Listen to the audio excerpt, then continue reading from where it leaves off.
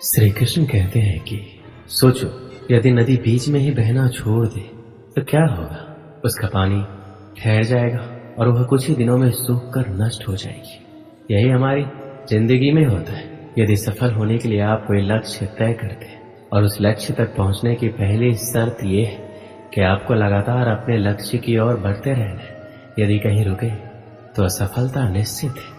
अपने मनपसंद लक्ष्य तक पहुंचना आसान कार्य नहीं होता। यदि आसान होता तो आज दुनिया के सभी लोग सफल होते।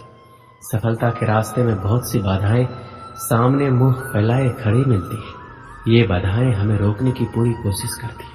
जो लोग मन से कमजोर होते हैं, जिनका आत्मबल बहुत कम होता है, वह इन परेशानियों के आगे झुक जाते हैं और असफलता को स्वीकार कर लेते हैं और बाद में अपने भाग्य को कोसते हैं। लेकिन कुछ वीर लोग इन परेशानियों का सीना तानकर सामना करते हैं। भले ही लक्ष्य तक पहुंचने की गति में कुछ समय के लिए कमी आ जाए, लेकिन रुकते कभी नहीं है। और जो रुकते नहीं हैं, उन्हें अपनी मंजिल तक पहुंचने से कोई रोक ही नहीं सकता। ध्यान रखिए, लक्ष्य तक पहुंचने के लिए लगातार चलते रहना पहली शर्त है। लगातार बहती नदी ही अपनी मंजिल प्राप्त कर पाती है। समय हमेशा चलता रहता है, इसलिए दुनिया का हर इंसान समय का गुलाम है। हवा हमेशा चलती रहती है, कभी कम रफ्तार से तो कभी तेजी से, लेकिन रुकता कभी नहीं है। इसलिए दुनिया के किसी भी जीव का जीवन हवा के बिना संभव ही नहीं है। संपूर्ण ब्रह्मांड, जिसमें अरबों गैलेक्सी, खरबों तारे और अनगिनत ग्रह सभी चलते हैं, कभी रुकते नहीं है। प्रकृति का नियम है, जो रुक गया उसका असफल होना या नष्ट होना तय है। यदि आप अपने लक्ष्य को प्राप्त करना चाहते हैं तो आज से ही अपनी कमर कस लीजिए और खुद से वादा कीजिए कि रुकना कभी नहीं है। सोचो कि जो लोग अपना लक्ष्य केवल इसलिए छोड़ देते हैं कि इसके लिए चलना बहुत पड़ेगा, इससे ज्यादा बड़ी असफलता कोई नहीं हो सकती। क्योंकि सफलता और असफलता तो बाद की बात है। खुद को बिना प्रयास के असफलता की ओर धकेल देना, इससे बुरा कुछ नहीं हो सकता। आपका दिल आपका सबसे बड़ा दोस्त है। वह आपके लिए हमेशा धड़कता है ताकि आप अपनी मंजिल प्राप्त कर सकें। आपके शरीर के खून की हर एक बूंद हमेशा चलती रहती है, कभी नहीं रुकती। किसके लिए? केवल आपके लिए। आपके शरीर के बहुत से अंग हमेशा चलते रहते हैं और संदेश देते रहते हैं। लगातार चलना ही सफल जीवन है।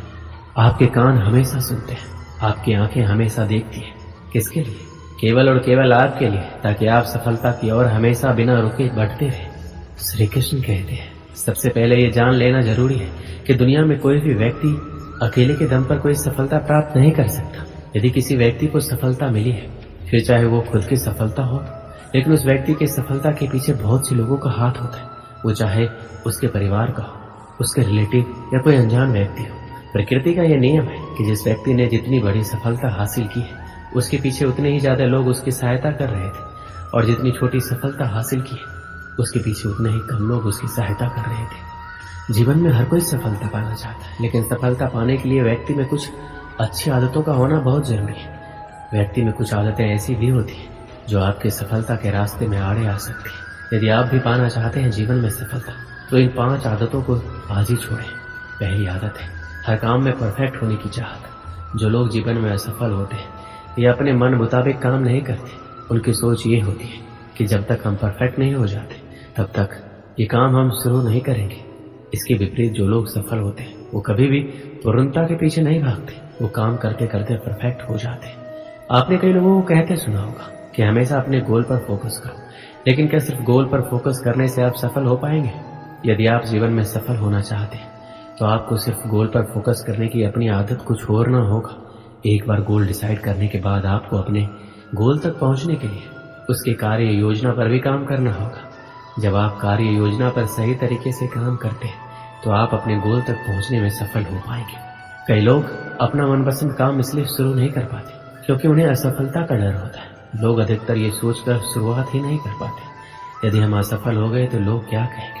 हम कभी भी किसी काम में सीधे सफल नहीं हो सकते। यदि हम असफलता के डर से नया काम करना शुरू ही नहीं करेंगे तो कभी सफलता का स्वाद चख नहीं पाएंगे। हमारे असफलता का एक बड़ा कारण होता है हम फैसले अपनी प्राथमिकता के हिसाब से नहीं बल्कि लोगों के हिसाब से लेते हैं। मान लीजिए कोई छात्र आर्ट्स लेना चाहता है, लेकिन उसके परिजन उसे विज्ञान लेने के लिए कहते हैं। कारण सिर्फ एक है, लोग क्या कहेंगे। यदि आप जीवन में सफलता प्राप्त करना चाहते हैं तो लोगों के हिसाब से नहीं, अपने गोल के हिसाब से फैसले लीजिए। लोग कई बार भावनाओं में बहकर निर्णय लेते या काम करते। ऐसे में उनके असफल होने की संभावना ज्यादा होती। यदि हम अपने जीवन में सफल होना चाहते हैं तो कभी भी भावनाओं में बहकर निर्णय मत लीजिए। यदि आप भावनाओं के आवेश में और आपको निर्णय लेना पड़ रहा है तो ऐसे में निर्णय मत लीजिए। निर्णय तभी लेना चाहिए जब आप पूरी तरह से स्थिर हैं। इस परिस्थिति में आप उस पर पूर्णतः विचार कर सकते हैं और आपके सफल होने की संभावना बढ़ जाती है। सफल व्यक्ति दृढ़ता से सपनों पर डटे रहते। जिन लोगों ने भी सफलता पाई है और वह जहां पर भी है वह महज इत्तेफाक नहीं, उन्होंने एड़ी से लेकर चोटी तक का जोर लगाया और अपने सपनों को पाने की जिद पर डटे रहे। हर उस चीज का अभ्यास किया है जो अपने सपनों तक पहुंचने के लिए जरूरी है। अपने फौलादी इरादों, चट्टानों से धैर्य और कड़ी मेहनत से उन्होंने अपने सपनों को हकीकत में बदला है। आपके सपने भी आपका इंतजार कर रहे हैं, उन्हें पूरा करें, समय बर्बाद ना करें। एक भिखारी रेलवे स्टेशन पर रहता था। वह रोज ट्रेन में चढ़ता और एक स्टेशन से दूसरे स्टेशन तक जाता था। रास्ते में वह ट्रेन में बैठे यात्रियों से भीख मांगता। कभी उसे पैसे मिलते, कभी नहीं मिलते थे। उसकी जिंदगी इसी ट्रेन में इधर उधर आते जाते और भीख मांगते गुजर रही थी। एक दिन वह रोज की तरह ट्रेन में चढ़ा, उसमें बैठे यात्रियों से भीख मांगने लगा। वह एक कंपार्टमेंट से दूसरे कंपार्टमेंट में घूम रहा था। तभी एक कंपार्टमेंट की कोने की सीट पर उसे सूट बूट पहना एक व्यक्ति दिखाई पड़ा। वह व्यक्ति काफी अमीर लग रहा था। भिखारी ने सोचा कि इस मालदार आदमी से ज्यादा भीख मिलने की गुंजाइश है। वह उसके पास पहुंचा और पैसे मांगने लगा। सूट बूट पहने व्यक्ति ने उसे पैसे देने से इनकार कर दिया, लेकिन भिखारी डटा रहा, उसके पीछे पड़ गया। भिखारी की इस हरकत पर उस व्यक्ति को गुस्सा आ गया।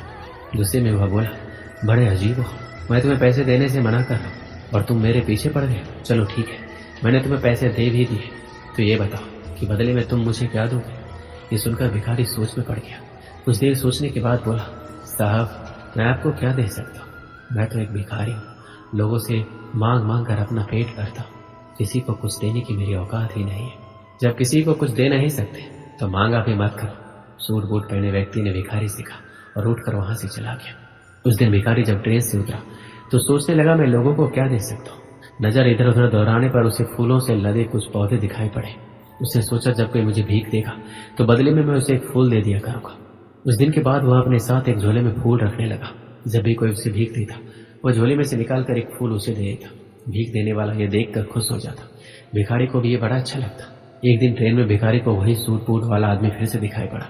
भिखारी उसके पास गया और बोला, साहब आपके पास मेरे पास आपको देने के लिए कुछ है, आप मुझे कुछ पैसे दे दो। उस व्यक्ति ने अपनी जेब से कुछ पैसे निकाले और भिखारी को दे दिए। बदले में भिखारी ने अपने झोले में से एक फूल निकालकर उसे दिया। वह व्यक्ति खुश हो गया और बोला, मुझे लगता है कि तुम अब व्यापार सीख गए हो, तुम्हें लेन देन का समझ आ गया है। जब तक किसी को कुछ दे नहीं सकते तो लेना नहीं चाहिए, समझे। उस व्यक्ति का स्टेशन आ गया था। वह ट्रेन से उतरकर चला गया, लेकिन उसकी कई बात भिखारी के दिमाग में घर कर गई। वह ट्रेन से उतरा तो प्लेटफॉर्म पर खड़े होकर जोर जोर से चिल्लाने लगा, मैं भिखारी नहीं व्यापारी हूँ, अब मैं भी सूट बूट पहनकर घूमूंगा, मेरे पास भी ढेर सारे पैसे होंगे। लोगों ने उसे ऐसे चिल्लाते देखा तो सोचा भिखारी पागल हो गया। उस दिन के बाद 6 महीने तक भिखारी ना स्टेशन पर ना ही ट्रेन में नजर आया। 6 महीने बाद एक दिन ट्रेन में 2 सूट बूट पहने व्यक्ति मिले। एक व्यक्ति ने दूसरे व्यक्ति से कहा, आपने मुझे पहचाना, हम पहले 2 बार मिल चुके हैं।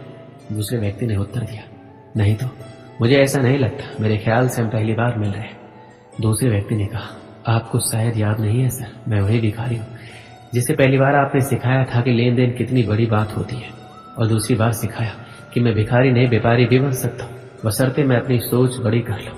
आज देखिए मैं एक व्यापारी बन गया हूँ। आपकी बात मानकर शुरुआत में मैं फूल तोड़कर बेचने लगा, कुछ पैसे जमा हुए तो मैं फूल खरीदकर बेचने लगा। आज मेरा फूलों का बहुत बड़ा व्यापार है। सब कुछ आपसे सीखा है, आपका बहुत धन्यवाद सर, मेरी जिंदगी बदलने के लिए। इस कहानी से हमें क्या सीख मिलती है? जब तक हम अपनी सोच बड़ी नहीं करेंगे जिंदगी एक ही रास्ते पर चलती रहेगी। अपनी सोच बड़ी कीजिए, जिंदगी बदल जाएगी। हम हमेशा छोटी सी चादर में सिमटे रहते और सोचते हैं हमारी पहुंच बस इतनी है, इससे आगे हम बढ़ नहीं सकते। अपनी चादर बड़ी करें, उसे और फैलाएं। जीवन में तरक्की आपका इंतजार कर रही है, बस जरूरत है बड़ी सोच के साथ कड़ी मेहनत की।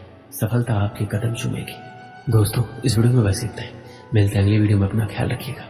जय श्री कृष्णा।